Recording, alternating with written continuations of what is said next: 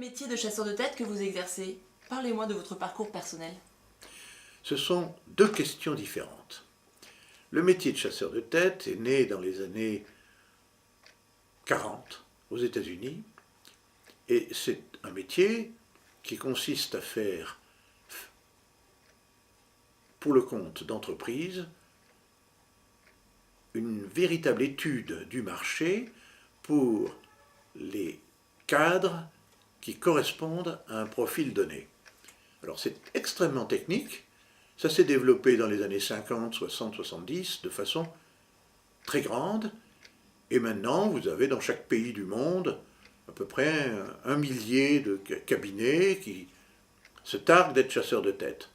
Sur ces 1000 cabinets, vous en avez peut-être une vingtaine qui sont les vrais chasseurs de tête, c'est-à-dire des personnes qui s'occupent des postes importants des entreprises et qui utilisent une méthode, disons, professionnelle plutôt qu'une approche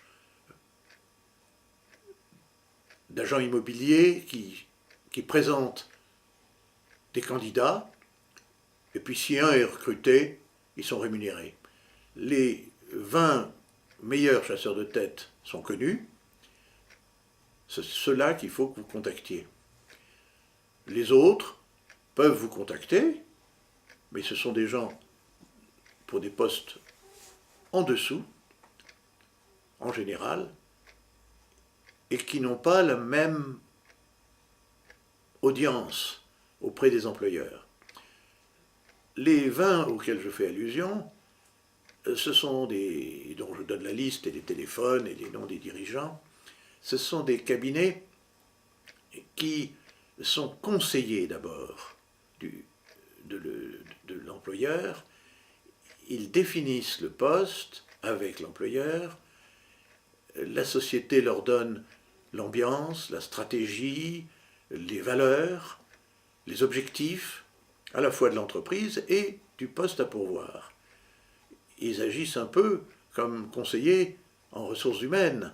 Ils évaluent les candidats, ça peut être positif ou négatif, et leurs honoraires ne dépendent pas uniquement du succès. Ils sont rémunérés même si la recherche n'aboutit pas. Ils ont une obligation de moyens et pas une obligation de résultat. C'est très important pour assurer une objectivité complète. Alors, ces cabinets-là sont un peu élitistes. Et si vous allez les approcher, ils vont dire « nous n'avons pas de poste pour vous, parce que ce serait un hasard extraordinaire que votre profil corresponde à une recherche ». Eux, ils sont orientés vers le poste à pourvoir. Et si vous leur écrivez, vous pouvez leur donner votre curriculum vitae, ils le mettront dans leur système informatique pour le jour où il y aura une opportunité. C'est un peu pas du temps perdu, mais ça ne correspond pas à ce que vous recherchez, puisque vous cherchez dans les 6 prochains mois à résoudre un problème de recherche de job. Alors en ce qui me concerne, j'étais au début d'une société qui s'appelle Spencer Stuart, qui était un des leaders mondiaux et à mon avis une des meilleures sociétés de chasse de tête du monde. Nous étions tout petits, nous avions 4 bureaux, à Chicago, à New York, à Paris, à Londres. Nous avons ouvert après une quarantaine de bureaux dans tous les pays du monde. Nous avons eu une croissance absolument énorme que j'ai accompagnée pendant 20 ans. Au bout de 10 ans, je suis devenu président mondial de cette société, qui couvrait tous les continents, et j'ai ouvert une trentaine de bureaux dans tous les marchés d'Amérique du Sud, d'Asie, d'Australie, d'Amérique du Nord, de Canada, d'Europe, bien sûr.